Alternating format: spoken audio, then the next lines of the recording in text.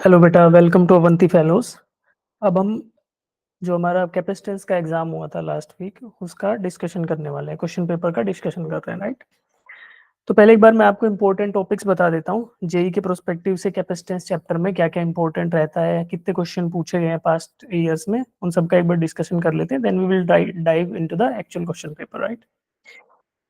तो last 5 year में ये देखा गया कि 39 questions were asked from the capacitance chapter, right. In these 39 questions, numerical data type questions were also there, theory based questions were also there, and circuit diagram related questions were also included in the papers. जो हम यहाँ भी देखेंगे, जो आपका exam हुआ उसमें भी ये पर्टिकुलर बैलेंस था काफी कि न्यूमेरिकल्स भी आपको मिले, थ्योरी बेस्ड क्वेश्चन भी आपको मिले, and circuit diagram based questions भी आपको यहाँ पर देखने को मिलेंगे। Based on the analysis of these 39 questions, ये 39 क्वेश्चंस थे, इनके एनालिसिस के बेसिस पे जो देखा गया, the important topics that are from this chapter are capacitor and its capacitance. तो बेसिक कंसेप्ट ऑफ कैपेसिटर कि कैपेसिटर एक्चुअल में होता क्या है, राइट। फिर basic formula of capacitance, capacitance as a property of capacitor की प्रॉपर्टी टू स्टोर चार्ज, ये आपकी प्रॉपर्टी होगी, इसके फॉर्मूलाज। तो these are the two important topic. उसके बाद ये तो सबको पता है कि इक्विवेलेंट कैपेसिटेंस, अगर कोई सर्किट डायग्राम दिया जाएगा तो उसका इक्विवेलेंट कैपेसिटेंस आपको निकालना रहेगा। तो this is also an important topic from the chapter. Charge on the capacitor, एक कैपेसिटर पे कितना चार्ज स्टोर हो सकता है, तो उससे related concept and formula based questions. Combination of capacitor and equivalent capacitance, ठीक है। अब देखो कॉम्बिनेशन में एक तो ये हो गया इक्विवेलेंट कैपेसिटेंस, इसमें क्या हो गया कि यहाँ पे आपको डाइलेक्ट्रिक का कंसेप्ट भी आ सकता है कि डाइलेक्ट्रिक अगर दिया होगा तो उसके बेसिस के क्वेश्चन भी आएंगे, right. Then finally energy stored in a capacitor की, एक कैपेसिटर पे जो चार्ज स्टोर्ड है तो due to that there is some potential energy stored in the capacitor, तो उससे रिलेटेड क्वेश्चंस आपके पूछे गए। अब देखो 39 क्वेश्चन 5 ईयर्स में आए हैं, तो मल्टीपल शिफ्ट होती है जेई की, तो कोई ऐसा ना सोचे कि एक एक साल में कितने आ गए, 7-8 क्वेश्चन, ऐसा नहीं है। But you will certainly see 1 to 2 question in your exam. अगर आप पेपर देने जाते हो और यही ट्रेंड फॉलो हो रहा है तो you will certainly see 1 to 2 question, ठीक है। तो 4 to 8 मार्क्स आपके स्कोर हो जाएंगे, ठीक है। अब देखो इन 4 to 8 मार्क्स को स्कोर करने का हमारे पास ये इजी रहेगा कि टफ रहेगा, we will decide after the solution. पहले एक बार हम सॉल्यूशन कर लेते हैं, देन फिर इसको देखेंगे कि यार ये 4 to 8 मार्क्स स्कोर करना आसान था हमारे लिए या टफ था, ठीक है। तो पहले हम पेपर को सॉल्व कर लेते हैं। Along the flow of the solving the paper हम मार्क कर लेंगे कि क्वेश्चन हमारा इजी है या वो पर्टिकुलर क्वेश्चन टफ है, कैसा है, राइट। तो वो हम लोग अभी मार्क कर लेंगे, एंड देन फिर हम है ना फाइनली डिसाइड करेंगे कि यार इन 4 से 8 नंबरों को स्कोर करना हमारे लिए टफ है या आसान है, ठीक है। तो सबसे पहले देखते हैं question number 1। A 10 microfarad capacitor is charged to a potential difference of 50 volt and is connected to another charged capacitor in parallel. Now the common potential difference becomes 20 volt. What is the capacitance value of the second capacitor? ठीक है, तो पहले क्या किया गया कि एक 10 microfarad capacitor को 50 वोल्ट का पोटेंशियल लगा के चार्ज कर लिया गया, ठीक है। तो क्या किया बच्चे, एक कैपेसिटर था, तो हम ड्रॉ कर लेते हैं, ड्रॉ करके थोड़ा इजीली समझ आता है। 10 माइक्रोफेराड का कैपेसिटर था, इस पर मैंने क्या किया, मैंने एक बैटरी अटैच की 50 वोल्ट्स की। तो 50 वोल्ट्स की बैटरी जैसी अटैच की बच्चे, तो उसकी वजह से क्या होगा, there will be some charge flowing on the plates of the capacitor, ठीक है। ये 50 वोल्ट की बैटरी थी। तो चार्ज का फॉर्मूला आप सबको पता है, चार्ज होने कैपेसिटर क्या हो गया, जो स्टोर होगा Q is equal to CV, right. तो this is the charge stored on the capacitor. अब क्या किया गया, इस कैपेसिटर को इस बैटरी से हटा लिया गया और एक दूसरे कैपेसिटर से जोड़ा गया, जिसका आपको दे रखा है, जिसका कैपेसिटेंस आपको निकालना है, ठीक है। कैपेसिटेंस मुझे नहीं दे रखा, तो this is the first capacitor जो मेरे पहले था, एक दूसरा था, ये दूसरा कैपेसिटर, इन दोनों को जोड़ दिया गया, इन दोनों को जोड़ दिया गया, राइट।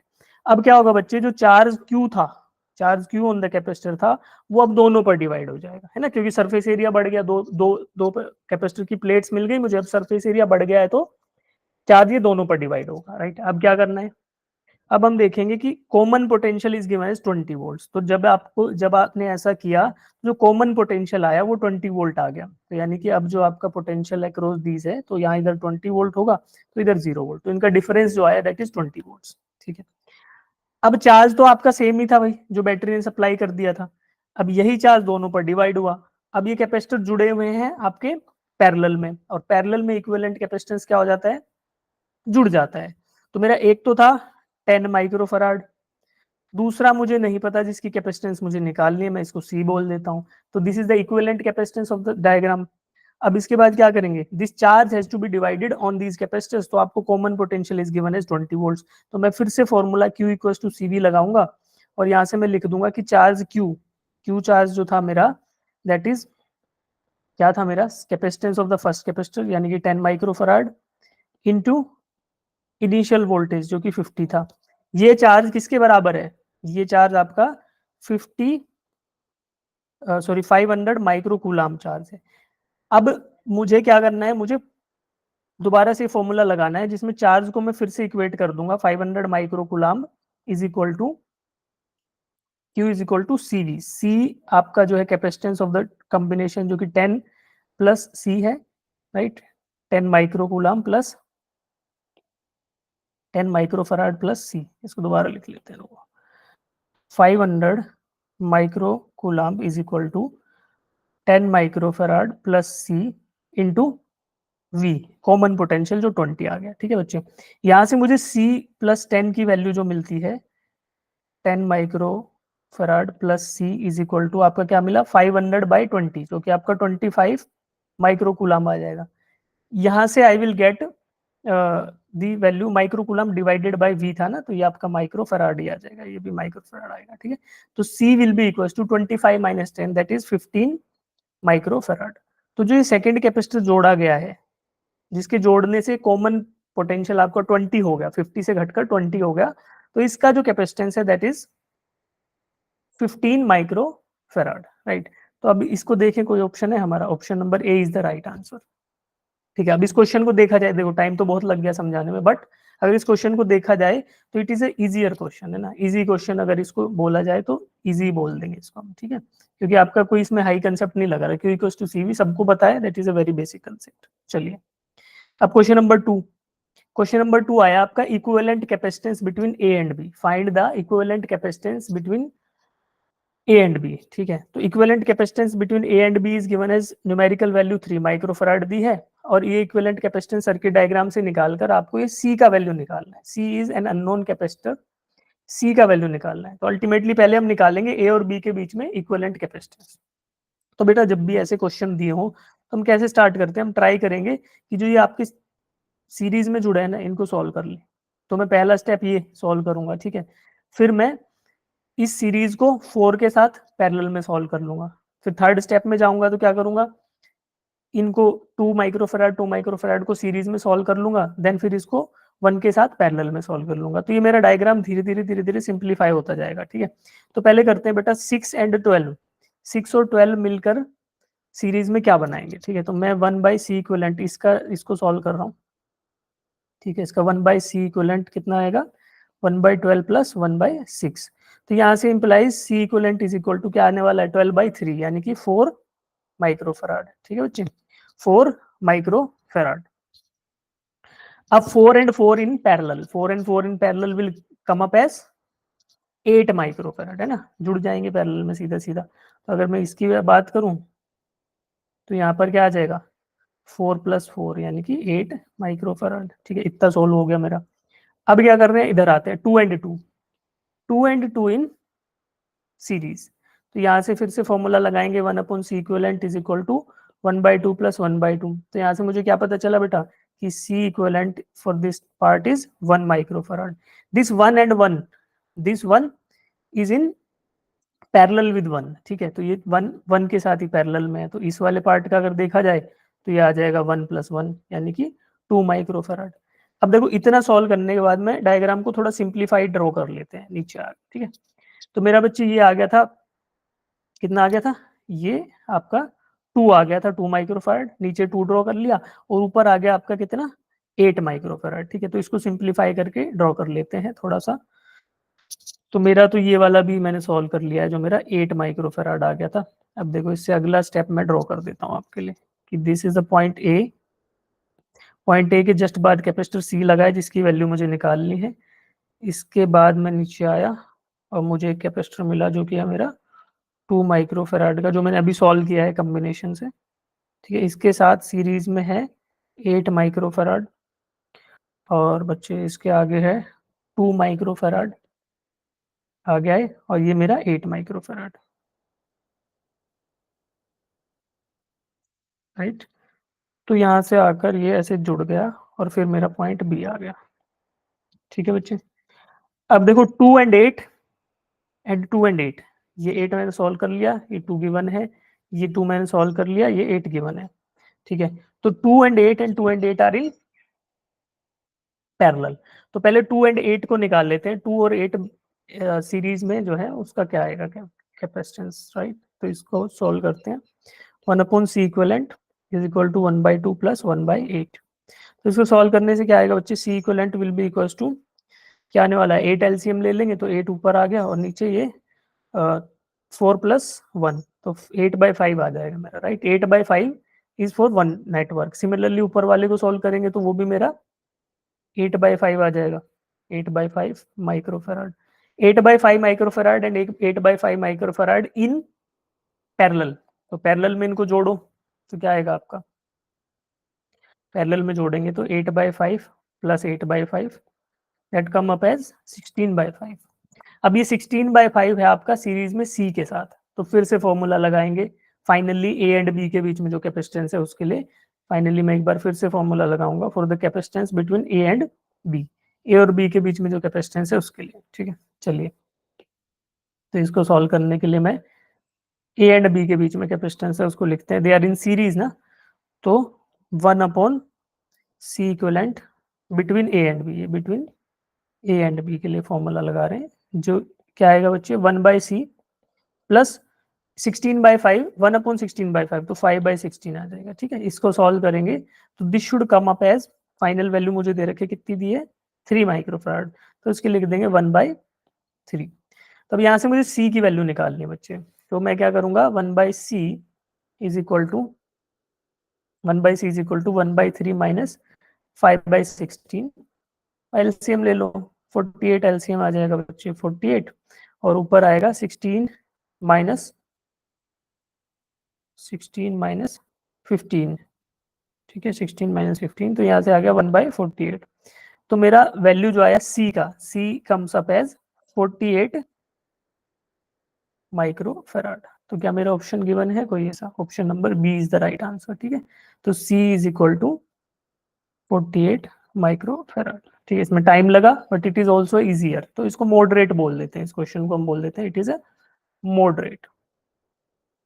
ठीक है, चलिए, अब क्वेश्चन नंबर 3 देखते हैं। ये तो बहुत आसान है, इसको देखने में आपको डर लगेगा, बट अभी क्या करना है, एज सिंपल एज कि ए एंड बी के बीच में इक्विवेलेंट कैपेसिटेंस निकालना है। तो ए एंड बी के बीच में इक्विवेलेंट कैपेसिटेंस, तो जब भी आपको ऐसे लैडर टाइप का या ऐसे दिखे ना डायग्राम, तो आपको क्या करना है, एक एंड से स्टार्ट कर देना है। ठीक है, तो I will start from the right hand side. ठीक है बच्चे, तो पहले देखो 2 microfarad and 1 microfarad are in parallel, तो इनको इकट्ठा करके लिखेंगे तो क्या आ जाएगा मेरा, 2 and 1 इन पैरेलल, तो ये 3 माइक्रोफेराड आ गया। ठीक है बच्चे, फिर 3 3 and 3, दिस 3 एंड ये वाला 3, and they are in series, तो ये सीरीज में रहेंगे। तो एक बार इसका फॉर्मूला लगाऊं मैं, तो ये ग्रीन कलर के ब्रैकेट में जो भी आ गया, इसका इक्विवेलेंट कैपेसिटेंस निकालना है। तो 1/C equivalent is equal to 1/3 plus 1/3 plus 1/3, क्या आ जाएगा बच्चे, C equivalent will come up as 1 microfarad, है ना। तो C eq will be 1 microfarad, 1/3 plus 1/3 plus 1/3 1 हो गया, राइट। तो 1 and 1 they are in parallel, तो ये जुड़कर क्या हो जाएंगे, 2। देन सर्किट डायग्राम को सिंप्लीफाई कर लेते हैं, फिर ये 2 हो गया, ये 1 था और ये 1, ये पैरेलल में आए तो क्या बन गया, 2। तो फिर डायग्राम को थोड़ा सिंप्लीफाई करके मैं ड्रॉ कर लेता हूँ। ठीक है, थोड़ा सिंप्लीफाइड डायग्राम यहीं ड्रॉ कर लेते हैं। This is point A, this is point B, यहाँ से चले बच्चे, ये 4 बच गया, और ये मेरा कैलकुलेट होके चलो ये कर लेते हैं इसको 1, एक बार आपको एक स्टेप मिस नहीं करते हैं तो कंफ्यूज हो जाओगे। ये 4, ये 1, और ये जो मैंने कैलकुलेट किया ये भी आपका 1 है। ना 1 and 1, ये 1 और ये 1 सी पैरेलल में, तो 2 हो जाएगा। फिर से एक बार नीचे ड्रॉ कर देते हैं, दिस इज 4 माइक्रोफेराड, नीचे भी आपका 4 माइक्रोफेराड है, और ये जुड़कर जो आएगा वो आएगा आपका 2 माइक्रोफेराड। ठीक है बच्चे, अब ए और बी के बीच में 3 कैपेसिटर जुड़े हुए हैं, एक 4 माइक्रोफेराड का, एक 2 माइक्रोफेराड का, एक 4 माइक्रोफेराड का। ठीक है, तो अब इनका इक्विवेलेंट कैपेसिटेंस मुझे निकालना है, तो फिर से सिंपल सी फॉर्मूला लगाऊंगा, 1/c equivalent between A and B is equal to 1/4 plus 1/4 plus 1/2। तो यहाँ पे एलसीएम 4 ले लो बच्चे, 4 एलसीएम लिया, 1 प्लस 1 प्लस ये आपका 2, तो 1 प्लस 1 प्लस 2, तो आपका सी इक्विवेलेंट क्या आ गया बच्चे, 1 micro farad. C equivalent will come up as 1 micro farad. ठीक है, कुछ गड़बड़ किया? हाँ, एक स्टेप हमने मिस कर दिया, ये वाला हमने गायब कर दिया। कौन सा वाला? ये 2।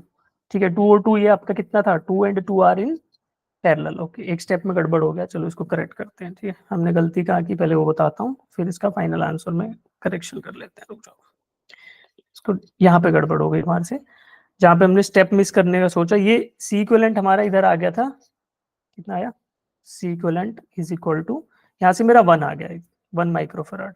अब देखो इस डायग्राम को दोबारा ड्रॉ कर लेते हैं, हमने ये 2 माइक्रोफेराड का कैपेसिटर मिस कर दिया। ठीक है, इसको ड्रॉ करते टाइम नीचे ड्रॉ कर लेते हैं। तो बिटवीन ए एंड बी, ठीक है, तो ये गलती आप भी मत करना, एग्जाम में आपसे भी हो सकती है गलती। ठीक है बच्चे, 4 माइक्रोफेराड, इधर भी 4 माइक्रोफेराड।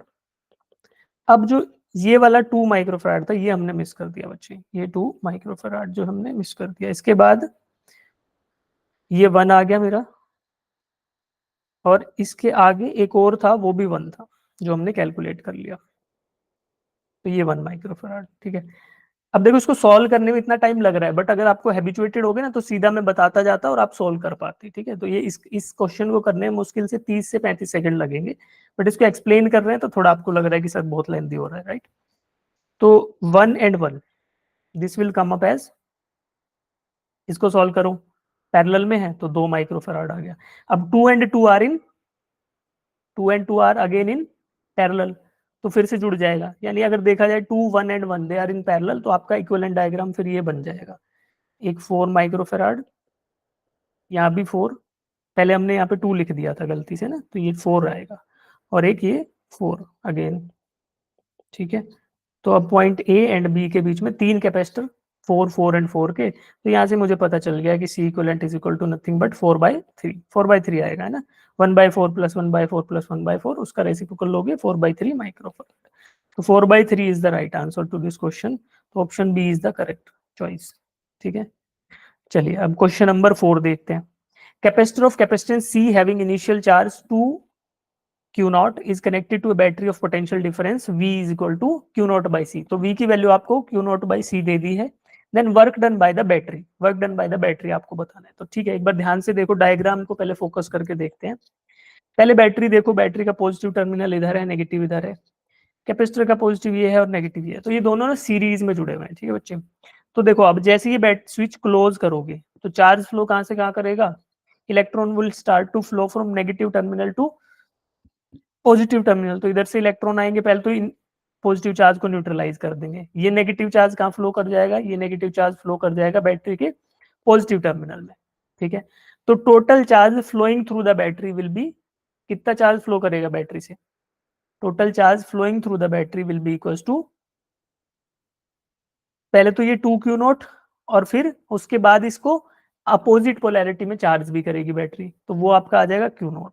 ठीक है, तो दोनों, अगर total charge flowing through the battery की बात की जाए तो total charge through the battery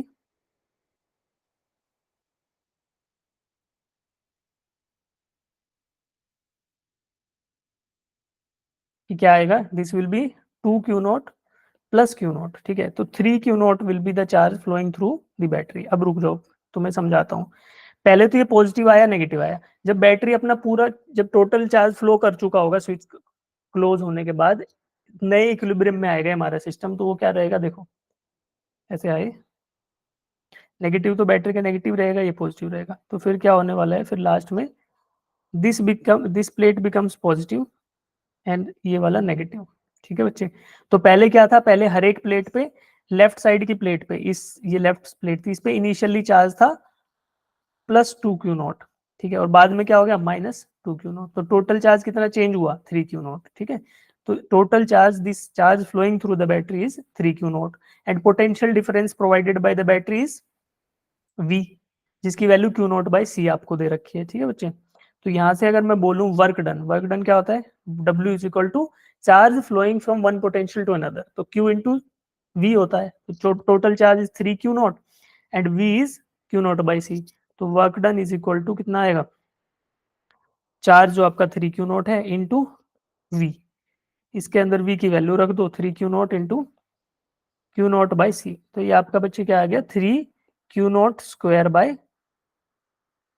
3Q0 square by C। तो ऑप्शन हमारा कौन सा सही आ गया, ये 3Q0 square by C, option number C। ठीक है, चलिए क्वेश्चन नंबर 5 है, the capacitor ABC are connected to battery of 25 volt as shown in the figure, the ratio of charges on A B and C are, A और B और C के ऊपर charges का ratio of the charges आपको बताना है। ठीक है बच्चे, तो रेशियो ऑफ द चार्जेस क्या रहेगा, देखो अब जब भी ऐसे कनेक्टेड रहते हैं ना, जब भी आप इसको इस तरीके का सर्किट डायग्राम गिवन हो, तो आपको सॉल्व करने का दो तरीका है, या तो भाई पोटेंशियल ड्रॉप निकाल लो एक्रॉस ईच रजिस्टर, तो potential drop across each resistor निकाल लोगे तो फिर आप इजीली क्या कर सकते हो, Q is equal to C into V, Q is equal to C into V. ठीक है, दूसरा तरीका क्या होगा कि जब भी आपका ऐसे सीरीज कॉम्बिनेशन होता है, मान लो एक कैपेसिटर ये जुड़ा है, इसके साथ सीरीज में दूसरा कैपेसिटर जुड़ा है, तो क्या होगा कि जब भी कोई भी पोटेंशियल सोर्स आपको पोटेंशियल प्रोवाइड करेगा, तो इन पर चार्ज सेम रहने वाला है, इस पे क्यू रहेगा, इस पे भी क्यू रहेगा। ठीक है, अब ये सिंपल सी बात थी, अगर इसके साथ कोई पैरेलल में दूसरा कैपेसिटर भी जुड़ा हो सेकंड वाले के साथ, तो क्या होगा बच्चों, इन दोनों के कॉम्बिनेशन से, राइट साइड में है ना, इन दोनों कॉम्बिनेशन पे जो चार्ज क्यू रहेगा वही किस पे रहेगा, इस वाले पे। तो इस कंसेप्ट को मैं यूज करके बोलता हूँ कि भाई let the charge on capacitor A, capacitor A पर चार्ज मैंने बोल दिया कि यार क्या है, क्यू है। ठीक है, तो यही चार्ज दोनों के कॉम्बिनेशन पे रहेगा, 8 माइक्रोफराड एंड 12 माइक्रोफराड पे। ठीक है, अब आपको पता है कि चार्ज क्या होगा, चार्ज इनवर्सली प्रोपोर्शनल होगा कि डायरेक्टली प्रोपोर्शनल होगा, ये बताओ, चार्ज इनवर्सली प्रोपोर्शनल होगा या डायरेक्टली प्रोपोर्शनल होगा सी के, Q is equal to C V होता है, राइट। और यहाँ पे बी एंड सी, जो बी एंड सी कैपेसिटर है, इन दोनों के अक्रॉस पोटेंशियल ड्रॉप सेम ही है, because they are connected in parallel, ये पैरेलल में कनेक्टेड है, तो voltage across these capacitor is same, तो चार्ज उस पर ज्यादा होगा जिस पर कैपेसिटेंस ज्यादा है ना, जिसकी चार्ज होल्डिंग कैपेसिटी ज्यादा है वही चार्ज ज्यादा स्टोर करेगा। तो बात बोलें कि चार्ज ऑन सी, देखो अभी इक्वेशन लिख रहा हूं, charge on B, Q on B plus Q on C is equal to Q on A. ठीक है, ये हो गया। अब जिसकी कैपेसिटेंस ज्यादा, वो ज्यादा चार्ज स्टोर करेगा, तो मैं बोल देता हूं बच्चे कि Q इंटू सी वी, ये फॉर्मूला लगाते हैं, देखो क्या करते हैं, मान लो मैंने बोला कि let the potential drop across this B and C. ठीक है, potential drop across this B and C.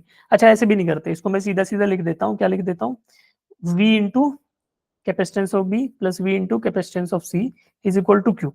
ठीक है, अब वैल्यूज रखते हैं बच्चे, वैल्यूज रखते हैं, तो यहाँ से मैं क्या बोल सकता हूँ कि जो रेशियो आएगा मेरा, that will be C B की वैल्यू क्या है, 8 into V plus 12 into V is equal to Q. अब ये चार्ज क्यू का कितना प्रोपोर्शन आएगा वी इसके पास, सी के पास, और कितना आएगा वी के पास, that will be in the ratio 8:12। तो यहाँ से मैं लिख सकता हूँ कि भाई 8:12 के रेशियो में मेरे पास चार्ज आएगा किसमें, बी एंड सी में, और इसका सम जो था वो किसके पास रहेगा, 8 और 12 का सम कितना, 20, ये रहेगा आपका कैपेसिटर ए के पास। ठीक है, तो यहाँ सिंपल रेशियो से मैंने कर दिया यार कि चार्ज ऑन जो ए है is to charge on B is to charge on C का रेशियो 20:8:12 रहने वाला है। ठीक है, तो यहाँ से क्या करेंगे 20 का, अब इसमें वैल्यू तो नहीं दे रखी, तो हम क्या कर सकते हैं, 5 दे रखा है तो 4 से डिवाइड कर लेंगे सबको, तो 4 से डिवाइड करेंगे तो 5:2:3 आपका आंसर आएगा।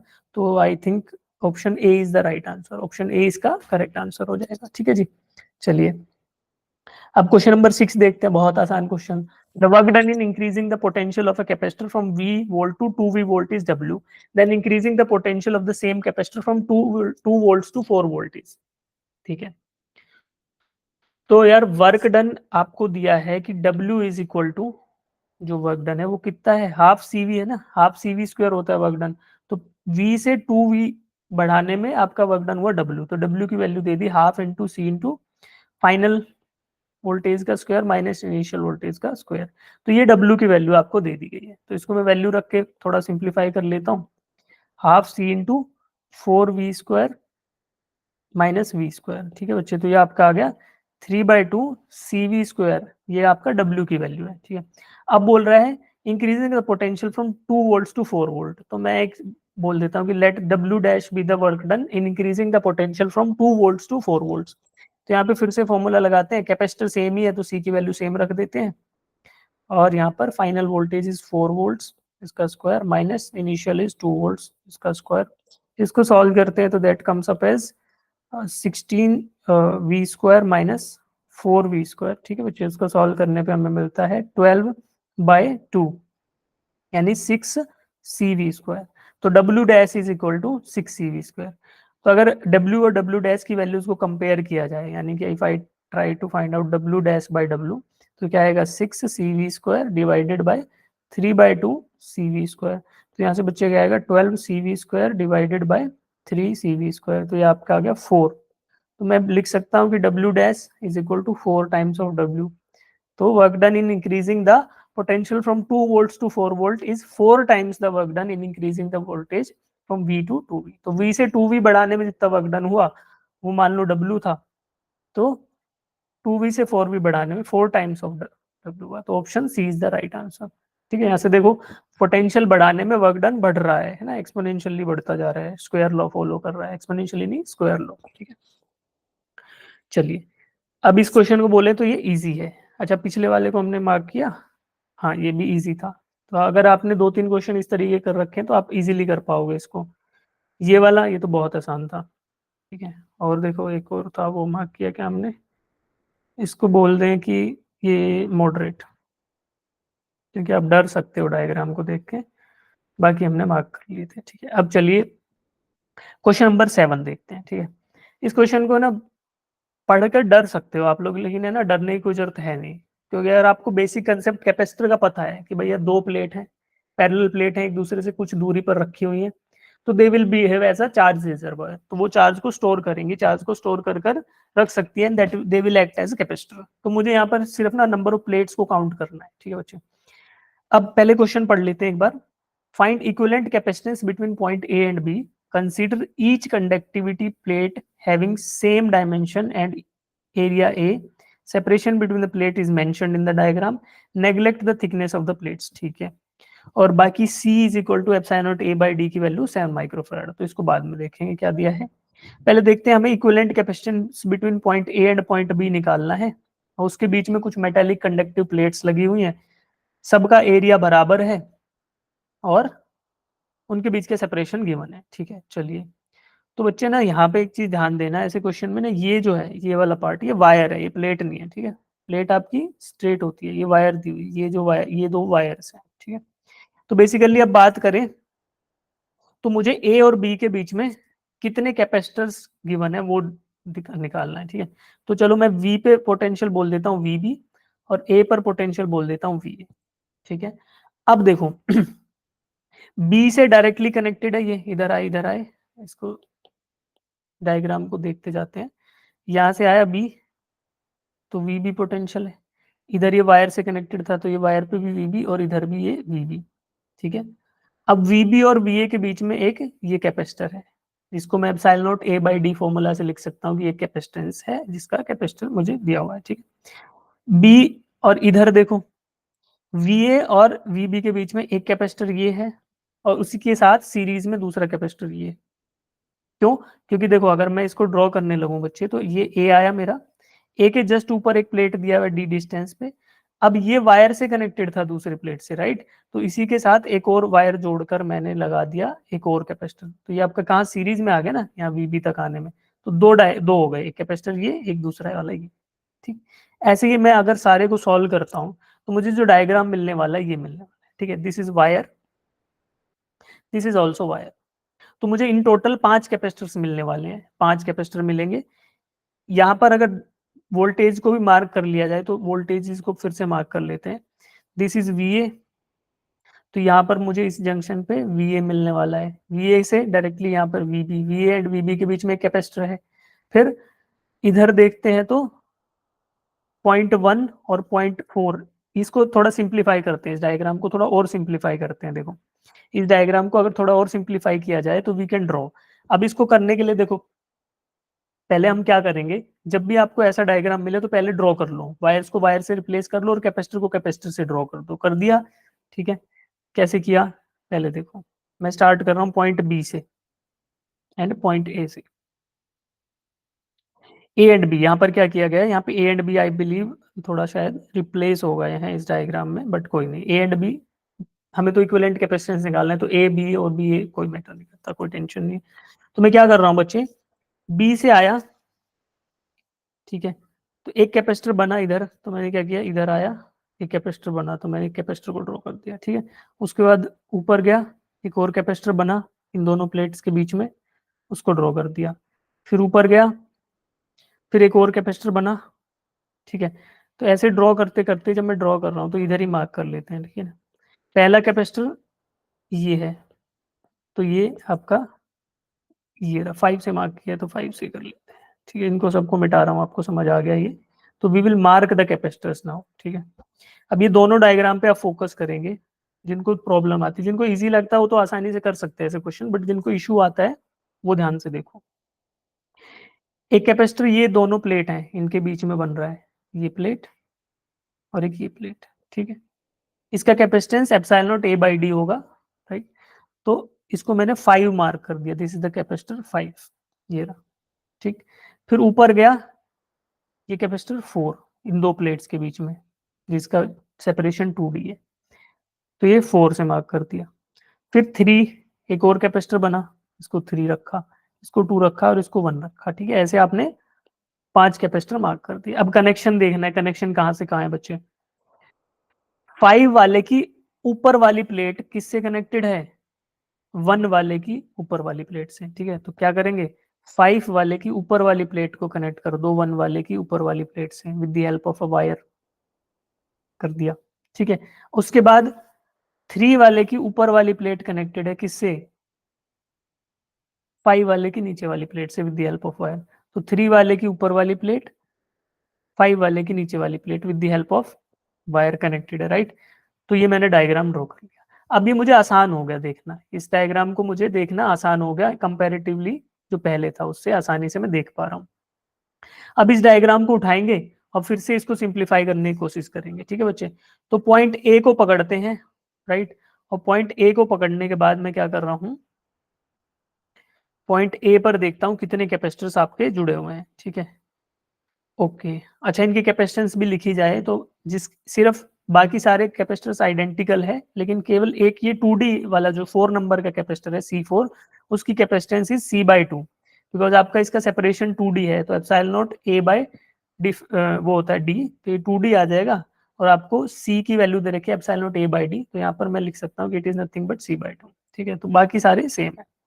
तो अब इस डायग्राम को मैं रीड्रॉ करता हूँ, तो रीड्रॉ करने पर आपको ये ऐसा मिल जाएगा सी सी, और ये जो आपका इसके साथ 4 वाला जो सीरीज में जुड़ा हुआ था दैट इज C/2, और बाकी this is the capacitor C, बाकी सारे ऐसे हैं।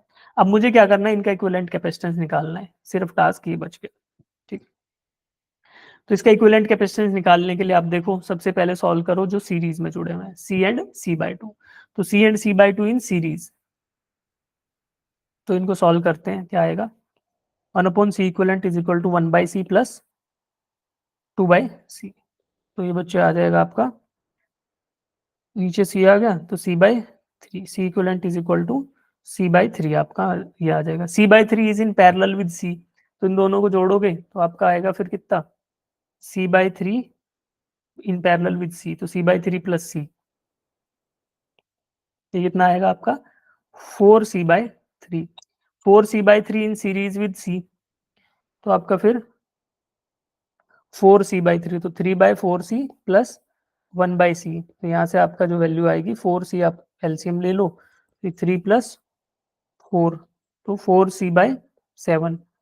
अब ड्रॉ कर लेते हैं 4C/7 in parallel with C, तो आपका ये 4C/7 है, ये पैरेलल में बच गया किसके साथ, C के साथ।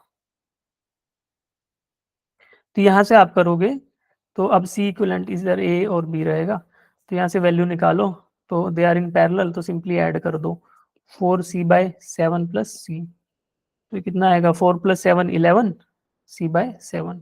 Equivalent capacitance between A and B is 11 c/7, 11 c/7। ठीक है, तो आपका सी इक्विवेलेंट जो आ गया वो आ गया 11 c/7। ठीक है, अब देखो सी की वैल्यू क्या दे रखी है, सी इज गिवन है 7 माइक्रोफैराड, तो यहाँ से मैं सी की वैल्यू सब्सटीट्यूट कर देता हूँ, तो 7 से 7 कट जाएगा, तो it will come up as 11 microfarad. तो equivalent capacitance between A and B is 11 microfarad, option B is the right answer. ठीक है, चलिए इसके बाद क्वेश्चन नंबर 8 आते हैं। In the circuit diagram energy stored in 1 microfarad capacitor is, तो 1 microfarad का जो आपका कैपेसिटर है ये रहा, इसमें एनर्जी स्टोर्ड निकालना है, तो मुझे एनर्जी स्टोर्ड का फॉर्मूला पता है, हाफ CV² होता है। तो मुझे क्या करना है कि कैपेसिटेंस तो मुझे पता है बच्चे 1 माइक्रोफैराड है, और मुझे पोटेंशियल ड्रॉप अक्रॉस 1 माइक्रोफैराड निकाल लेना है। तो मैं क्या करूंगा, पहले मैं देखूंगा इस डायग्राम को and I will figure out कि यार इस डायग्राम को देखते हैं कि बैटरी कहाँ पे लगा हुआ है। बैटरी देखा, दिख गया। अब देखो ये पॉइंट ए है एंड ये पॉइंट बी है। पॉइंट ए एंड बी के बीच में पोटेंशियल ड्रॉप है आपका 24 volts. Point A and B के बीच में पोटेंशियल ड्रॉप है 24 वोल्ट्स। तो मैं खाली ऊपर वाले सर्किट को सोल्व कर लेता हूँ बस। 3 microfarad, 5 and 1 are in parallel, तो सीधा सा इसको 6 माइक्रोफैराड रख दो बच्चे। ठीक है, 5 एंड 3 आर इन पैरेलल, तो 6 माइक्रोफैराड। अब इसके अक्रॉस पोटेंशियल ड्रॉप जो है आपका कितना है, इसके अक्रॉस पोटेंशियल ड्रॉप है बच्चे 24 वोल्ट्स का। इन दोनों के बीच में जो पोटेंशियल ड्रॉप है दैट इज 24 वोल्ट्स। तो आपको निकालना है कि 3 में कितना है और 6 में कितना है, क्योंकि 6 में अगर निकल गया तो वही पोटेंशियल ड्रॉप इधर है ना, मान लो इसको सी पॉइंट बोल दे, सी और बी के बीच में पोटेंशियल है ड्रॉप है, वही 5 में हो रहा है, वही 1 में हो रहा है। तो 6 के अक्रॉस जो होगा वही 1 माइक्रोफैराड के अक्रॉस पोटेंशियल ड्रॉप होगा। तो 3 और 6 दे आर इन सीरीज, और इनके अक्रॉस पोटेंशियल ड्रॉप है कितना 24 वोल्ट्स का, 24 वोल्ट्स का। तो 3 माइक्रोफैराड का जो कैपेसिटर है उसके अक्रॉस पोटेंशियल ड्रॉप होगा कितना बच्चे 16 वोल्ट्स, और 6 माइक्रोफैराड का होगा 8 वोल्ट्स। क्यों, क्योंकि inverse proportions to the capacitance. Charge same रहेगा तो जिसकी कैपेसिटेंस ज्यादा उसके थ्रू ड्रॉप कम, जिसकी कैपेसिटेंस कम उसके थ्रू ड्रॉप ज्यादा। ठीक है, तो 8 volt is the potential drop across 6 microfarad capacitor, और यही 1 माइक्रोफैराड के थ्रू पोटेंशियल ड्रॉप होगा। तो अब मेरे पास कुछ नहीं है, मैं वैल्यूज में रख देता हूँ क्वेश्चन में। हाफ इनटू सी की वैल्यू आपको 1 माइक्रोफैराड दे रखी है, and we potential drop is 8, तो इसको कितना आ गया बच्चे 64/2, तो 32 micro joules, 32 micro joules. Option C is the right answer. चलिए इजी क्वेश्चन नंबर 9, कैपेसिटेंस। अब देखो बेहद आसान सवालों की श्रृंखला स्टार्ट होने वाली है, सारे क्वेश्चंस थ्योरी बेस्ड। चलिए, the capacitance of spherical conductor is proportional to, spherical conductor जो है तो charge stored on any spherical conductor is KQ/R, where R is the radius of the spherical conductor. ठीक है बच्चे, C is equal to Q/V, charge is equal to Q/V, ये मुझे पता है, capacitance is equal to Q/V। ठीक है, एक सेकेंड देखते हैं।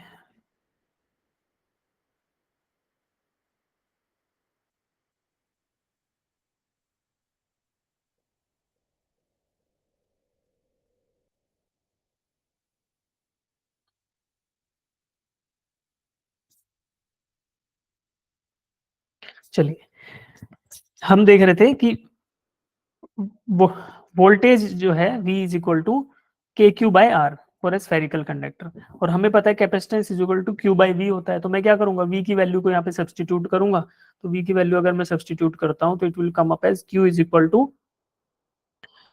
KQ/R, तो ये R ऊपर चला जाएगा, तो it will come up as Q into R/KQ, तो बच्चे एक आएगा R/K। ठीक है, तो यानी मुझे पता चला C is directly proportional to R for a spherical conductor, तो option C is the right answer. ठीक है, ऑप्शन C सही होगा। The potential of earth is zero because it is, potential of earth is zero because it is, earth का potential हम zero क्यों लेते हैं, देखो किसी भी डायग्राम में हम ऐसा एक सिंबल बनाकर इसको 0 वोल्ट बोल देते हैं ना। कुछ भी आपका सर्किट डायग्राम है मान लो, इधर कुछ भी बैटरी जुड़ी है या अदर सोर्स ऑफ पोटेंशियल जोड़ रखा है आपने।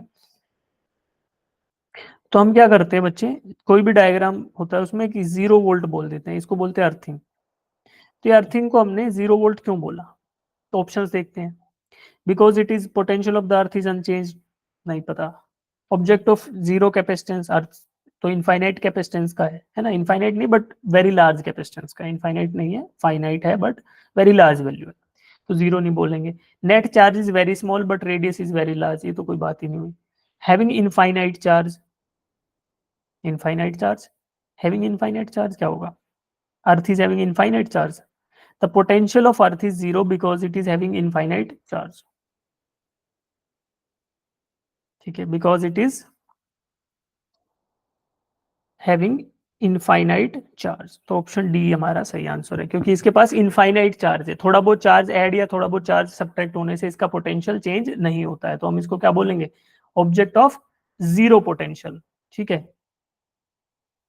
चलिए, क्योंकि ये आपका इनफाइनाइट चार्ज होने की वजह से अर्थ में क्या होगा कि अगर आप इसमें थोड़ा बहुत चार्ज ऐड भी कर दो या थोड़ा बहुत चार्ज अर्थ से ले भी लो, तो उसके पोटेंशियल पे कोई डिफरेंस नहीं आएगा, ठीक है। कोई पोटेंशियल पे चेंज नहीं आएगा तो क्या बोल सकते हैं, it will act as a reservoir of charge, है ना, earth will act as a reservoir of charge. तो इसको बोलेंगे कि हैविंग इनफाइनाइट चार्ज है, तो इनफाइनाइट चार्ज में से थोड़ा सा ले भी लो चार्ज या थोड़ा सा चार्ज अर्थ को दे भी दो तो उसके पोटेंशियल पे कोई चेंज नहीं आएगा, तो इसलिए हम बोल देंगे potential of earth is zero. चलिए, capacitance of a capacitor is, capacitance of a capacitor is directly proportional to the dielectric constant of the medium between the plates, सही लग रहा है, ठीक है। इनवर्सली प्रोपोर्शनल नहीं, प्रोपोर्शनल टू द स्क्वायर नहीं है। चलो एक बार फॉर्मूला लिख लेते हैं ना, सीधा हमें पता ही चल जाएगा, C इज इक्वल टू के, ठीक है, epsilon not a by D, ठीक है, epsilon not a by D into के आपका डाइलेक्ट्रिक कांस्टेंट होता है तो इसके क्या है, डायरेक्टली प्रोपोर्शनल है, तो हमारा option A is the right answer. Formula based easy question है, ठीक है। उसके बाद, if the energy of the capacitor of the capacitance 2 microfarad is this, the potential difference, ये भी आसान क्वेश्चन है, इसमें क्या करेंगे बच्चे, same formula, energy is equal to half C V square, ठीक है। आपको एनर्जी दे दी 0.16 जूल और हाफ कैपेसिटेंस आपको दिया 2 माइक्रोफराड, आपको वोल्टेज निकालना है ना, तो वोल्टेज निकालना है तो निकल जाएगा, कैसे करेंगे, 2 से 2 खत्म हो गया, ठीक है, और इधर आएंगे तो it will be 16 into 10⁴ is equal to V square, तो यहाँ से आपको मिलेगा v is equal to 4 into 10⁻², तो आपका 400 वोल्ट्स, तो option B is the right answer. चलिए क्वेश्चन नंबर 13 देखते हैं। If two plates of the charge capacitor connected by wire, then, अगर कैपेसिटर की दोनों प्लेट्स को, चार्ज कैपेसिटर है, पहले तो चार्ज कैपेसिटर ड्रॉ करते हैं, एक पे पॉजिटिव चार्ज एक पे नेगेटिव चार्ज, ठीक है। अब इन दोनों प्लेट्स को कनेक्ट कर दिया जाए with the help of a wire, तो क्या होगा बच्चे, ये पॉजिटिव चार्ज जो है या नेगेटिव चार्ज बोले, इलेक्ट्रॉन्स क्या करेंगे, इलेक्ट्रॉन्स विल मूव, इधर से वायर के थ्रू मूव करेंगे और मूव करके कहाँ पहुंच जाएंगे, पॉजिटिव प्लेट पर, और अल्टीमेटली जाकर पॉजिटिव और नेगेटिव चार्ज क्या हो जाएगा, न्यूट्रलाइज, तो कैपेसिटर विल गेट डिस्चार्ज, तो कैपेसिटर क्या हो जाएगा, डिस्चार्ज हो जाएगा। फाइनली कैपेसिटर ऐसा हो जाएगा, वायर से कनेक्टेड है बट कोई चार्ज नहीं है, सारा न्यूट्रलाइज हो गया, ठीक है। तो ये तो आसान सवाल था। A capacitor of capacitance 500 microcoulomb, sorry, capacitance 500 microfarad is charged at a rate of this. The time in which the potential difference will become 20 volts, ठीक है। तो पहले तो हम फाइंड आउट करते हैं कि कितना चार्ज चाहिएगा एक कैपेसिटर को 500 माइक्रोफेराड के कैपेसिटर को 20 वोल्ट पोटेंशियल पे ले जाने के लिए, तो Q इक्वल्स टू CV, तो 500 इंटू 10⁻⁻6 इंटू V 20 वोल्ट, तो ये कितना आ गया बच्चे, it will come up as 10,000 हो गया ना, हाँ 10,000 इंटू 10⁻⁻6, तो क्या आ गया 10⁻⁻2 कूलाम्ब, इतना चार्ज आपको चाहिएगा, ठीक है। अब इतना चार्ज आपको चाहिएगा तो अब क्या करें, और रेट ऑफ चार्जिंग आपको दिया है, यानी कि delta Q by delta T आपको दिया है 100 माइक्रो कूलाम्ब पर सेकेंड, तो आपको टाइम पूछा है, तो delta Q by delta T into T should be equal to Q, total charge, ठीक है। अब मैं क्या करूंगा, वैल्यू सब्स्टिट्यूट कर दूंगा, 100 into 10⁻⁻6 into T is equal to 10⁻⁻2।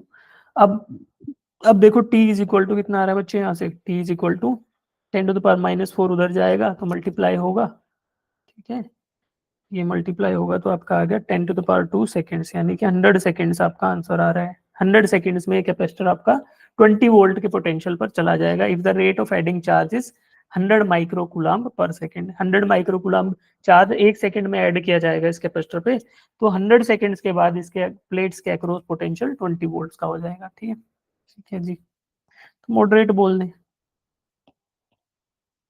चलिए, in an adjoining diagram, in the diagram given, two geometrically identical capacitors A and B are connected to a battery. Air is filled between C1, C1 के बीच में क्या है, capacitor 1 में air है, इधर आपके पास एयर है, and dielectric is filled between the plates of C2, C2 के बीच में डाइलेक्ट्रिक है, तो यहाँ पे K जो है डाइलेक्ट्रिक कांस्टेंट का एक डाइलेक्ट्रिक बढ़ा हुआ है कैपेसिटर C2 में। तो चार्ज के बारे में बताओ। ठीक है जी, अच्छा ठीक है, तो दे आर ज्योमेट्रिकली आइडेंटिकल, तो कैपेसिटेंस क्या होता है बच्चे, epsilon naught A by D। Geometrically identical मतलब plates of the capacitor are having same area, separation between the plates is also having the same value D। तो A और D तो दोनों का सेम है, एप्सिलॉन नॉट कांस्टेंट होता है, तो ये वैल्यू दोनों के लिए कांस्टेंट है। अब देखो कैपेसिटेंस C1 कितना होगा, जिसके बीच में एयर है, तो हो गया epsilon naught A by D, और कैपेसिटेंस C2 क्या होता है, K into epsilon naught A by D। तो बच्चे डाइलेक्ट्रिक भरने का कंसेप्ट ये होता है कि ज्यादा चार्ज हम स्टोर कर पाए, यानी कि ज्यादा कैपेसिटेंस हम अचीव कर पाए। तो कौन से में ज्यादा चार्ज स्टोर होगा, Q2 है ना, C2 के अंदर कैपेसिटेंस के कैपेसिटर के अंदर चार्ज ज्यादा स्टोर होगा, तो value of Q2 is greater than Q1, तो option A is the right answer. Easy सवाल है। चलिए, statement 1, if the potential difference across a plane parallel capacitor is doubled, then the potential energy of the capacitor becomes 4 times। ठीक है, potential difference को अगर parallel plate capacitor का double कर दिया जाए, for a parallel plate capacitor if the capacitance is doubled, if the potential is doubled, then the energy stored becomes 4 times। ठीक है जी, energy stored becomes 4 times। why? The potential energy stored in a capacitor is equal to half CV square, where C and V are usually। तो option statement A सही है बिल्कुल। क्यों सही है, इसका रीजन भी सही है कि भाई फॉर्मूला क्या है, हाफ CV स्क्वायर। तो अब हमारा चॉइस क्या हो गया, statement 1 is true, statement 2 is true, and it is a correct explanation for statement 1, तो option A is the right answer. चलिए, ये भी आसान सवाल है हमारा। स्टेटमेंट क्वेश्चन नंबर 17 में स्टेटमेंट 1 है, the circuit containing capacitor be handled cautiously even when there is no current. एक सर्किट है जिसमें कोई current at a time flow नहीं कर रहा, then also it should be handled cautiously, उसको ध्यान से हैंडल करना चाहिए, बिकॉज क्यों, a charge capacitor can discharge through our body and harms. ठीक है, कोई एक चार्ज कैपेसिटर होगा, मान लो देखो एक सर्किट ड्रॉ करते हैं, पॉजिटिव चार्ज था, नेगेटिव चार्ज था, ठीक है, ये सर्किट था, इसमें चार्ज कैपेसिटर था, इवन दो करंट फ्लो नहीं कर रहा, मान लो है ना, सर्किट ओपन हो गया है, करंट फ्लो नहीं कर रहा। अब आप क्या करते हो, आप आते हो,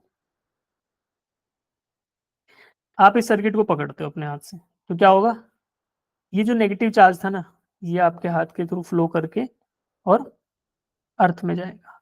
तो जब ये चार्ज फ्लो करेगा तो आपको क्या लगेगा, इलेक्ट्रिक शॉक लगेगा। तो सही बात है कि अगर किसी सर्किट के अंदर कैपेसिटर है तो उस सर्किट को ध्यान से हैंडल करना चाहिए, because the charge capacitor can discharge through our body and harms, हमारे शरीर के थ्रू वो डिस्चार्ज हो जाएगा अर्थ के अंदर और वो हमें नुकसान पहुंचा सकता है।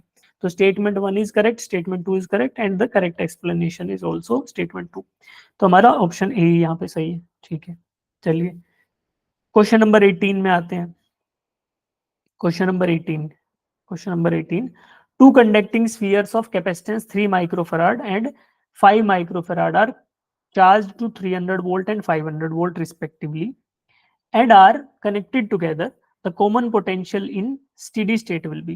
steady state के अंदर common potential क्या होने वाला है। ठीक है, चलिए दो स्फीयर्स हैं, तो हमें तो कैपेसिटेंस से मतलब है, C1 आपको दिया 3 माइक्रोफैराड, C2 दे दिया 5 माइक्रोफैराड। C1 को चार्ज किया 300 वोल्ट से, C2 को चार्ज किया 500 वोल्ट से, उसके बाद कनेक्टेड टुगेदर, इनको दोबारा जोड़ेंगे तो पैरेलल कनेक्शन हो जाएगा, ठीक है। तो पहले एक बार चार्ज निकालते हैं। अब यहाँ से मैं Q1 निकालता हूँ, यहाँ से Q2 निकालता हूँ। Q1 will be C1V1, Q2 will be C2V2, ठीक है। जब ये कनेक्ट हो जाएंगे बाद में कैसे जोड़ लिया, मान लो कैपेसिटर था तो दूसरे कैपेसिटर से जोड़ोगे तो क्या कनेक्शन आएगा आपका, पैरेलल कनेक्शन आएगा हमेशा ना, तो इक्विवेलेंट कैपेसिटेंस हमेशा जुड़ जाएंगे। तो उस केस में what is the common potential, ठीक है। तो कॉमन पोटेंशियल क्या होगा बच्चे, let V be the common potential, और बाद में कैपेसिटेंस क्या हो जाएगा, C1 + C2, C1 + C2, ये चार्ज है V इंटू इक्विवेलेंट कैपेसिटेंस, ये चार्ज की वैल्यू, और ये क्या होने वाला है Q1 + Q2 के बराबर, यानी C1V1 + C2V2। इसमें वैल्यू सब्सटीट्यूट करते हैं और V की वैल्यू निकालने की कोशिश करते हैं। तो V is equal to 3 + 5 is equal to 300 into 3, यानी कि 900 प्लस C2 इंटू V2, तो ये आपका 2500, ठीक है। अब देखो माइक्रो फेराड था तो दोनों साइड 10⁻⁻6 आएगा, मैंने उसको छोड़ दिया वहीं, उसका वैल्यू दोनों साइड कट जाएगा, तो मैंने 10⁻⁻6 को रखा ही नहीं इक्वेशन में, ठीक है। अब 2500 + 900 ये कितना आएगा, 3400 डिवाइडेड बाई 9 + 3 8, तो इसको सॉल्व करेंगे तो हमारे क्या आएगा, 425 is the answer for common potential after they are connected together. तो option A is the right answer, ठीक है। ये तो चार्ज कंजर्वेशन था, पहले भी एक क्वेश्चन सिमिलर था, तो ये भी वही है। चलिए अब क्वेश्चन नंबर 19, ये ठीक ठाक क्वेश्चन है, ठीक है। इसको मैं बोल देता हूँ कि इट इज नॉट हार्ड, अगर आपने किया नहीं होगा पहले तो हार्ड नहीं है, बट नहीं किया तो हार्ड बोल देते हैं, ठीक है, क्योंकि इसमें कैलकुलेशन थोड़ा अलग तरीके से करेंगे। अब क्वेश्चन 19 को ध्यान से देखो पहले। A parallel plate capacitor of area A, plate separation D is filled with three different dielectric materials having dielectric constant K1, K2 and K3 as shown in the figure. The single dielectric material is to be used to have the same capacitance C in the capacitor than the dielectric constant K is. तो पहले तो ये diagram जो देखो इसमें देखते हैं कि भाई एक कैपेसिटर था जिसका प्लेट एरिया ए था, ठीक है। तो प्लेट एरिया पहले आइडेंटिफाई करते हैं, ये वाला A/2, सेकेंड वाला A/2, और एक नीचे जो कॉमन प्लेट है इसकी, ये इसका एरिया ए, ठीक है। तो A/2 एंड ए, ये तीन डिफरेंट डाइलेक्ट्रिक कांस्टेंट यानी K1, K2 और K3 से भर दिया गया इसको, ठीक है। D/2 इज द, क्या दिया है बाकी, what is given as plate separation plate separation is D, ठीक है। D is the plate separation, तो देखो ऊपर वाली प्लेट और नीचे वाली प्लेट के बीच में डी इज द सेपरेशन, ठीक है। थिकनेस ऑफ K1 जो K1 एंड K2 डाइलेक्ट्रिक है उनका थिकनेस D/2 है, और K3 का भी D/2 है। तो अब इसको सॉल्व करते हैं बच्चे, ठीक है। तो अब मैं इसको एज्यूम कर लेता हूँ कि भाई this is a combination of four different capacitors का कम्बिनेशन है, तो वो मैं एज्यूम करता हूँ और दिखाता हूँ कैसे। पहला तो आपको दिख गया K1, दूसरा K2, ये K3 और ये भी K3, ठीक है। ये चार कैपेसिटर आपको दिखाई दे रहे हैं, इनको सबको हाईलाइट करते हैं अलग अलग से कलर से। एक कैपेसिटर ये हो गया बच्चे जिसके अंदर K1 डाइलेक्ट्रिक भरा हुआ है, ठीक है। दूसरा कैपेसिटर हो गया K2 वाला जिसमें K2 डाइलेक्ट्रिक भरा है। तीसरा हो गया कौन सा, जिसमें K3 भरा है, और चौथा भी क्या कौन सा हो गया, इसको येलो से कर ले रहा हूँ, K3 भरा है, ठीक है। अब देखो K1 and K2 are connected in parallel, K1 और K2 जो है, K1 और K2 वाले कैपेसिटर्स हैं वो पैरेलल में कनेक्टेड है, and they are connected in series with K3 and K3। तो इसका अगर मैं डायग्राम ड्रॉ करने लगूँ ना, तो देखो इसी के साइड में ड्रॉ कर रहा हूँ, ध्यान से देखना बच्चे। पहले ऊपर वाले पॉइंट को मैंने बोल दिया पॉइंट नंबर 1, और नीचे जो वायर कनेक्टेड है इसको 2 बोल दिया। 1 एंड 2 के बीच में सर्किट डायग्राम ड्रॉ करते हैं, ठीक है। 1 एंड 2 के बीच में सर्किट डायग्राम ड्रॉ करते हैं, 1 एंड 2 के बीच में सर्किट डायग्राम ड्रॉ करते हैं। तो बेटा 1 पॉइंट था, उस पर वायर जुड़ी हुई है, नीचे आए 2 कैपेसिटर, ये K1 वाला, ये K2 वाला, इधर आए इसके साथ सीरीज में, ये दोनों में K3 है, इसमें भी K3 इसमें भी K3, ठीक है। अब इनका एरिया, और फिर पॉइंट नंबर 2, अब इनका एरिया और सेपरेशन भी लिख लेते हैं साइड में कैपेसिटेंस की जगह। तो देखो सबका ही एरिया ऑफ प्लेट फिर a/2 हो गया, इसका a/2, इसका भी a/2, नीचे वाले का भी a/2, a/2, और सबकी थिकनेस जो है वो कितनी हो गई, d/2। तो अब मैं capacitance C is equal to K, C is equal to epsilon naught a/d की वैल्यू अगर रखता हूँ, C is equal to epsilon naught a/d रखता हूँ, तो यहाँ से मैं लिख सकता हूँ कि यार K1 वाले का, जिसमें K1 है, जिसमें K2 है, K3 K4 है, इनका कैपेसिटेंस अगर मैं लिखने लगूँ, तो अगर मान लो एरिया की जगह a/2 और थिकनेस की जगह d/2 रखता हूँ, तो आपको वैल्यू जो मिलेगी दैट विल बी, इसको मैं बोल देता हूँ C1 is equal to K1 into epsilon naught a/2 divided by d/2। ठीक है, तो ये किसके बराबर आ गया, ये आपका आ गया K1 इंटू C के बराबर, क्यों मैंने C ले लिया एप्सिलॉन नॉट a/d। ठीक है, तो C को मैंने एप्सिलॉन नॉट a/d एज्यूम करा है, तो मेरा C1 आ गया K1 into C। Similarly K2 क्या आ जाएगा, सॉरी C2 क्या आ जाएगा, K2 इंटू C, और यहाँ पे जो कैपेसिटेंस आएगा ये आपका C3 जो आएगा that is capacitance C3 is K3 into C, और इधर भी C3 आएगा that is K3 into C। तो अब इस कॉम्बिनेशन का मैं इक्विवेलेंट कैपेसिटेंस निकाल लेता हूँ। ठीक है, इक्विवेलेंट कैपेसिटेंस, और फिर फाइनली K रख कर क्या कैपेसिटेंस आएगा उससे इक्वेट कर देंगे। ठीक है, तो अब इस डायग्राम को ड्रॉ कर लेते हैं, ये रहा मेरा डायग्राम, और यहाँ पर आ गया आपका कैपेसिटेंस। ठीक है बच्चे, तो अब ये मेरे को वैल्यू मिल गई C3 is equal to K3 into C. ठीक है, C3 is equal to K3 into C, तो यहाँ पे वैल्यूज रख देते हैं। अब मेरा डायग्राम था A और B के बीच में, मैं इक्विवेलेंट कैपेसिटेंस निकालता हूँ। ठीक है बच्चे, तो पहला ये, दूसरा ये, दोनों सीरीज में है कैपेसिटर्स, तो पहले ऊपर वाले का इक्विवेलेंट कैपेसिटेंस निकालते हैं, 1/C इक्विवेलेंट। तो मेरा C1 जो था 1/C1 वो क्या था, 1/C1, और ये आपका 1/C3, C3। ठीक है, इसको 2 को हटा देते हैं, कंफ्यूजन होगा, हमारे उसी डायग्राम के हिसाब से हम चलते हैं। ठीक है जी, तो 1/C1 प्लस 1/C3, तो यहाँ से मेरा C इक्विवेलेंट जो आएगा वो क्या आएगा, C1 C3 divided by C1 plus C3, और नीचे भी आएगा क्या आएगा, C इक्विवेलेंट क्या आ जाएगा, C1 sorry C2 C3 divided by C2 plus C3, और total capacitance equivalent capacitance between A and B दोनों का सम आ जाएगा, C1 C3 divided by C1 plus C3 plus C2 C3 divided by C2 plus C3। ठीक है बच्चे, ये आपका total capacitance between A and B आ गया। ये किसके बराबर रहेगा, अगर डाइलेक्ट्रिक को K से भर दूं, if the complete capacitor is filled with a single dielectric, जिसका जो वैल्यू है वो K रहे, plate area A, separation between the plates is d/2, तो उस केस में जो आपका कैपेसिटेंस आएगा that will B K into epsilon naught a/d। तो ये कितना आ गया, जो C आएगा, मान लो C डैश बोला, तो this is nothing but K times into C, K into C। ठीक है, अब इनको रख लेते हैं C1 C2 C3 C4 को, C1 C2 C3 को इसके फॉर्म में लिख लेते हैं, C के फॉर्म में, जैसा हमने यहाँ लिखा था C1 is equal to K1 into C, C3 is equal to K3 into C, तो यहाँ पे उस फॉर्म में इसको लिख लेते हैं बच्चे।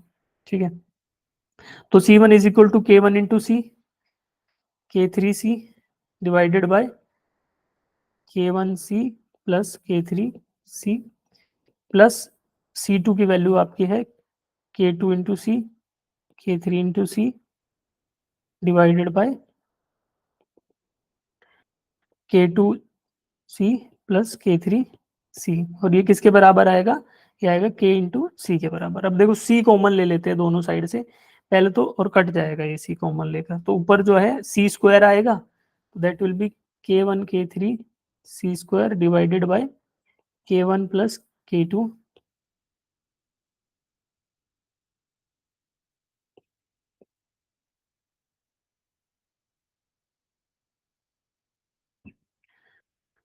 K1 K3 C square divided by K1 plus K3 into C plus K2 K3 C square divided by K2 plus K3 into C is equal to K into C। ठीक है, अब देखो C, एक तो C यहाँ से cut जाएगा, और बाकी C कॉमन लेके लेफ्ट साइड से राइट साइड वाला कट जाएगा। ठीक है, तो capacitance out of the picture हो गया, तो यहाँ से मुझे इक्विवेलेंट कैपेसिटेंस की वैल्यू मिल गई, K is equal to K1 K3 divided by K1 plus K3 plus K2 K3 divided by K2 plus K3।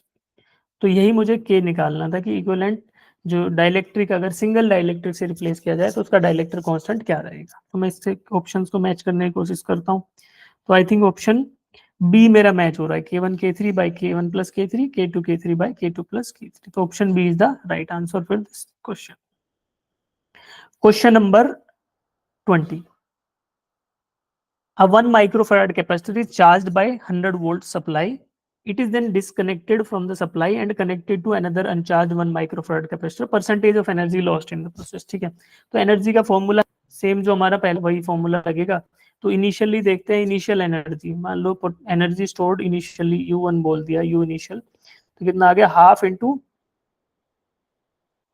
CV square ना, तो 1 into 10 to the power -6 into V square 100 का square. तो ये values रखते हैं, तो कितनी वैल्यू आ रही है बच्चे, दैट इज हाफ इंटू, तो ये आपका आ गया 10 to the power -2 divided by 2, 10 to the power -2 divided by 2 joules. ठीक है, ये एनर्जी आ गई, इसको ऐसे ही छोड़ देते हैं। बाकी देखते हैं, it is then disconnected from the supply, ये आपका इनिशियली सप्लाई से इसने एनर्जी ले ली जो आपके 1 माइक्रोफैराड कैपेसिटर पे स्टोर्ड है। अब ये 1 माइक्रोफैराड कैपेसिटर के साथ दो जोड़ा गया, तो जोड़ेंगे तो कितना आएगा इक्विवेलेंट कैपेसिटेंस, दूसरे कैपेसिटर से जोड़ा, पैरेलल में जुड़ गया, तो इक्विवेलेंट कैपेसिटेंस आ गया आपका 1 and 1 पैरेलल, तो 2 माइक्रोफैराड।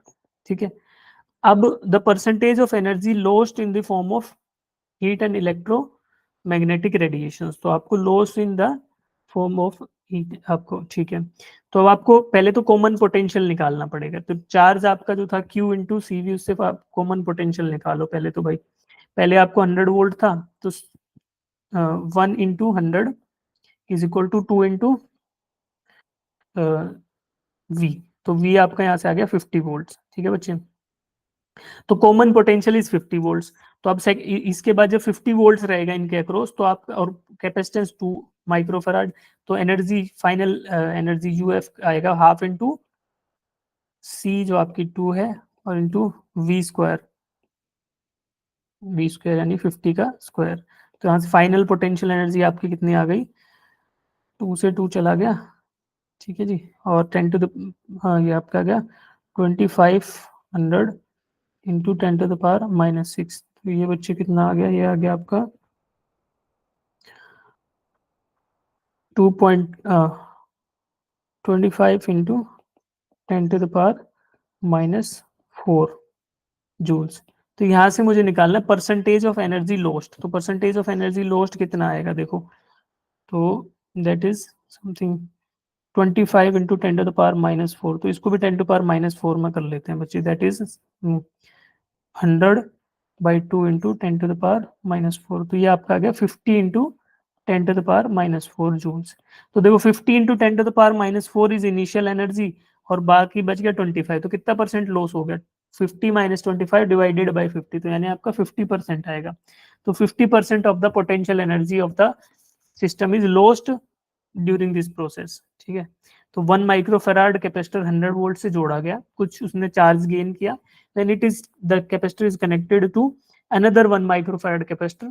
ऐसा कनेक्ट करने के बाद कॉमन पोटेंशियल जो आएगा वो मैंने निकाला, उसके बेसिस पे एनर्जी निकाली, then we can see that कि यार ये जो energy lost during the process is 50% of the initial energy. ठीक है, question number 21। The capacitance of a parallel plate capacitor is 12 microfarad. If the distance between its plate is reduced to half and area of the plate is doubled, the capacitance becomes, तो C is equal to epsilon naught A by D। तो यहाँ पर area को क्या कर दिया गया, C dash निकालें तो एरिया कर दिया गया 1A/2, तो area becomes A/2 and sorry, distance becomes, separation between the plate becomes D/2 और एरिया बिकम्स डबल, तो एरिया 2 टाइम्स ऑफ ए हो गया और सेपरेशन हो गया D/2। तो यहाँ से आपको मिलेगा 4 times of epsilon naught A/D, यानी बोल सकते हैं कि it is 4 times of initial capacitance. तो कैपेसिटेंस बिकम्स 4 टाइम्स, है ना, तो इट बिकम्स 4 टाइम्स। चलिए question number 22। The plate of a parallel plate capacitor are charged up to 200 volts, 200 volts charge कर दिया गया. The dielectric slab of thickness 4 mm is inserted between its plates. Then, to maintain the same potential difference between the plates of the capacitor, the distance between the plate is increased by 3.2 mm. The dielectric constant of the dielectric slab is, ठीक है. तो क्या किया गया, capacitor को बच्चे पहले charge कर दिया गया 200 वोल्ट से. The dielectric slab of thickness 4 mm, 4 mm का डाइलेक्ट्रिक स्लैब उसके अंदर इंसर्ट किया गया. और to make the capacitance equal to the initial capacitance, plates को थोड़ा दूर ले जाना पड़ा, यानी D has to be increase to 3.2 mm. तो इस केस में dielectric constant of the dielectric slab आपको जो है वो बताना है, ठीक है. तो इसमें हमें फॉर्मूला पता है यार, क्या होता है कैपेसिटेंस का. एक फॉर्मूला तो होता है जब आपके पास कुछ भी ना हो, एयर हो, तो C is equal to epsilon naught A by D, ठीक है जी. और अगर किसी कैपेसिटर में किसी थिकनेस T का डाइलेक्ट्रिक भर दिया जाए तो वो क्या बोला जाएगा, उस केस में हम बोलेंगे कि कैपेसिटेंस बिकम्स, क्या बन जाता है, एप्सिलॉन नॉट A बाई, अब कुछ थिकनेस थी जिसमें आपने वो भर दिया, क्या भरा, D माइनस डाइलेक्ट्रिक भर दिया, तो D माइनस टी थिकनेस तो आपका बच गया जो खाली है विदाउट डाइलेक्ट्रिक. और इसके बाद जो जिस थिकनेस T में भरा है डाइलेक्ट्रिक, तो T बाई K, ये फॉर्मूला आपका होता है equivalent capacitance when some dielectric is partially inserted into a capacitor, ठीक है. तो अब मैं गिवन वैल्यूज अगर लिखने लगूं यहाँ पे, तो जो क्या था, capacitor are charge up to 200 volt, ठीक है. थिकनेस आपको डायरेक्ट T आपको दे दिया 4 mm, ठीक है जी.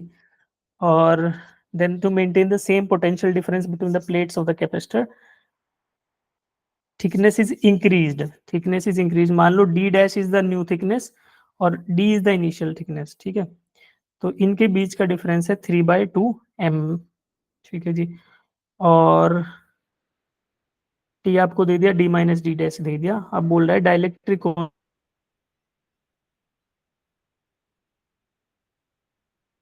कांस्टेंट आपको K की वैल्यू फाइंड आउट करनी है. और C इक्वल टू, हाँ, कैपेसिटेंस दोनों का बराबर है, बिकॉज आपको क्या करना है, पोटेंशियल को वापस सेम लेके आना है, तो it will be acting as the same capacitating source, क्योंकि चार्ज तो कांस्टेंट हो गया, ठीक है. तो अब मैं इन दोनों वैल्यू को इक्वेट करता हूँ और सिंप्लीफाई करते हैं, ठीक है. C is equal to C dash अगर मैं लिखता हूँ तो बच्चे लिख सकता है epsilon naught A by D is equal to epsilon naught A by, देखो अब इसमें ना थिकनेस बढ़ गई है, तो थिकनेस D नहीं लूंगा मैं, D डैश लूंगा, D डैश, ठीक है. तो मैं थिकनेस ले रहा हूँ D dash minus T plus T by के, इसमें वैल्यूज रखेंगे, इस फॉर्मूला में मैं वैल्यूज रखूंगा, ठीक है. इस फॉर्मूला में वैल्यूज रखेंगे, तो इन वैल्यूज को इधर राइट साइड से मिटा देते हैं और जो इस फॉर्मूला में वैल्यूज रख के फिर फाइंड आउट कर लेते हैं. एप्सिलॉन नॉट A बाई, ये तो हट जाएगा क्योंकि एरिया और एप्सिलॉन नॉट सेम है. तो अब आई कैन राइट दैट कि D is equal to D dash minus T plus T by K, ठीक है जी. अब के फाइंड आउट करना है, बाकी सारी वैल्यूज गिवन है. D नहीं दिया तो मैं क्या कर रहा हूँ, D dash minus D, D को लेफ्ट साइड ले गया, बाकी चीजों को राइट साइड लेके आया, तो ये आ गया T माइनस टी बाई के. डी माइनस डी डैश मुझे दिया है जो शिफ्ट किया गया प्लेट्स को, तो 3/2 mm is equal to T by, जो कि T माइनस टी बाई के. तो आपको थिकनेस दिया हुआ है 4 माइनस 4/k, ठीक है. तो यहाँ से K निकालने की कोशिश करते हैं, तो यहाँ से क्या आएगा बच्चे, 4/k इज इक्वल टू 0.8, तो K इज इक्वल टू 4/0.8, तो कितना आ गया 5. तो डाइलेक्ट्रिक कांस्टेंट जो आया मटेरियल का वो आ गया K इज इक्वल टू 5, ठीक है. तो ये क्वेश्चन मॉडरेट बोलेंगे. चलिए आगे आते हैं क्वेश्चन नंबर 23. तो इसमें A एंड B के बीच में इक्विवेलेंट कैपेसिटेंस आपको निकालना है. तो कुछ नहीं है, डायग्राम को बस थोड़ा खतरनाक लग रहा है, इसको सिंप्लीफाई करेंगे तो 1 2 and 3 are in parallel to each other, parallel to each other हो गए तो 1 + 2 + 3 माइक्रोफैराड, यानी कि 6 microfarad is the equivalent capacitance of the circuit between point A and point B, ठीक है. Easy. Question number 24. A parallel plate condenser is connected to a battery of EMF 4 volts. 4 volt की battery के साथ एक capacitor को connect किया गया. The plates of dielectric constant 8 is inserted into it. Then the potential difference on the condenser will be. ठीक है बच्चे, अब देखो एक कैपेसिटर था, उसको किसी बैटरी से कनेक्ट किया गया और बैटरी का पोटेंशियल दे दिया, इट इज 4 वोल्ट्स.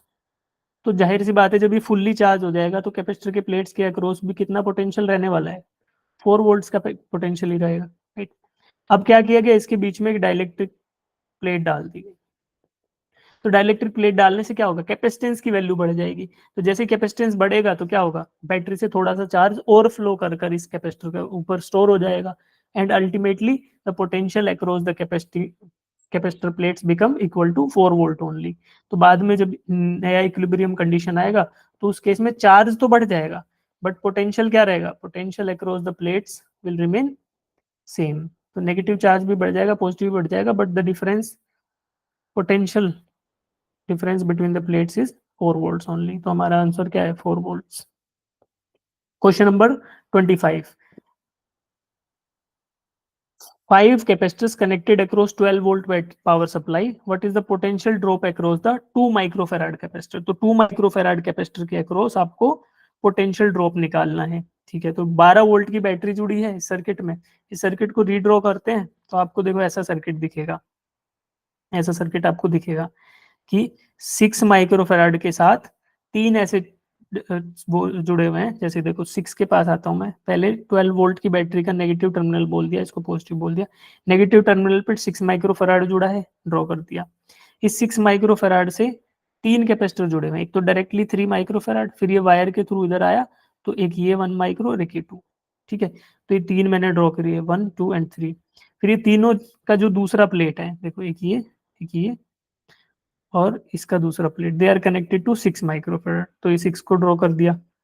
तो अब ये जो डायग्राम बना तो मुझे पता चला कि 6 microfarad and the combination of these 3 capacitors in parallel, ये आपके 12 वोल्ट की बैटरी पे जुड़े हुए हैं।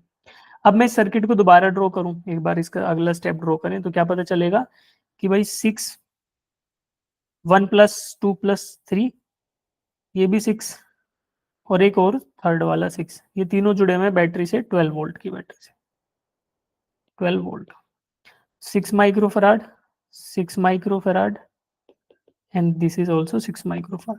तो इन तीनों के अक्रॉस पोटेंशियल ड्रॉप सेम रहने वाला है, 6 तो 12 12 वोल्ट का जो पोटेंशियल बैटरी ने दिया, 4 वोल्ट ड्रॉप हो गया इधर, 4 वोल्ट ड्रॉप हो गया इस पे, और 4 वोल्ट से ड्रॉप हो गया इस पे। अब क्या निकालना है, what is the potential drop across 2 microfarad. तो भैया जो ये 6 के अक्रॉस कितना हुआ, 4 वोल्ट, तो मुझे पता चल गया कि potential between point B and potential point B और सी के बीच में कितना ड्रॉप हो रहा है, 4 वोल्ट्स का। तो मैं बोल सकता हूँ कि potential drop in the 2 microfarad capacitor is also equals to 4 volts, ठीक है। तो ये भी इजी क्वेश्चन था। तो हमारा 25 क्वेश्चन से सारे सोल्व हो गए बच्चे। अब देखो इसको अगर समराइज किया जाए तो पहले समराइज करने के लिए एक बार क्वेश्चन काउंट कर लेते हैं कि हमारे पास मॉडरेट क्वेश्चंस कितने हैं। एक हार्ड आया था और शायद 2 मॉडरेट आए थे, बाकी सभी क्वेश्चंस बेसिक कंसेप्ट पे थे। एक ये मॉडरेट हो गया, 2 मॉडरेट हैं और एक हार्ड क्वेश्चन था, ठीक है। तो बाकी सभी सब आसान है। तो 25 में से अगर मैं इनको किया जाए हम लिखें, तो जो आपका ये एग्जाम हुआ था इसमें मोस्टली 2 मॉडरेट क्वेश्चन थे और एक हार्ड क्वेश्चन था, राइट। तो बचे कितने, 22 क्वेश्चन और इजी। तो आप यहाँ पे अच्छा खासा स्कोर कर सकते हो, टेंशन नहीं है। अब बात आती है, इसको समराइज कर लेते हैं बच्चे, ठीक है। लेट अस समराइज दिस, जो हमने अभी डिस्कशन किया उसको समराइज करते हैं कि how we can proceed with our preparation. हम इसको अपनी तैयारी को कैसे आगे बढ़ा सकते हैं इस एग्जाम के बाद। चलिए,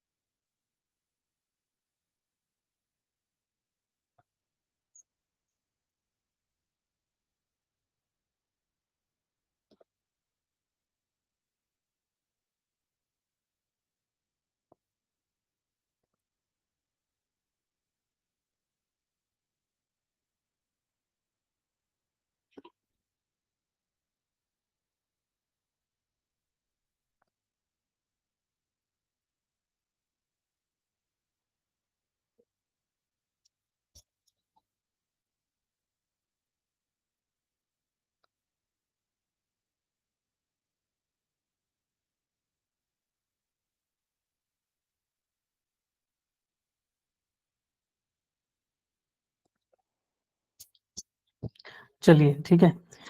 तो बच्चे capacitance is an easy and important chapter for JEE preparation, ठीक है, क्योंकि अभी हमने डिस्कशन किया तो 1 to 2 क्वेश्चंस आपके आ जाएंगे, 4 to 8 marks you can score easily, ठीक है, ये आपका हो गया।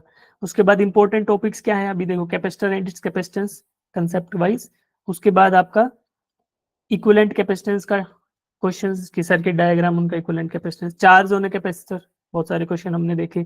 Combination of capacitor and equivalent diagrams, जिसमें डाइलेक्ट्रिक का कंसेप्ट भी होना चाहिए, और energy stored in the capacitor. ये आपके इंपॉर्टेंट टॉपिक है बेस्ड अपॉन द 5 इयर्स का पिछला ट्रेंड, उसी के बेसिस पे बहुत सारे क्वेश्चंस हमने देखे। क्वेश्चंस का भी लेवल देखा, इजी मॉडरेट हार्ड में, तो आपको पता चला कि भाई we can easily score 4 to 8 marks by solving the questions related to capacitor and capacitance, ठीक है। तो ये आपका रिलेटिवली इजी टॉपिक माना गया है जेई की प्रिपरेशन के लिए, और सॉल्यूशन हमने अभी देख लिया। तो it is very much advisable to practise capacitance का क्वेश्चंस फ्रॉम द मॉड्यूल, ठीक है जी।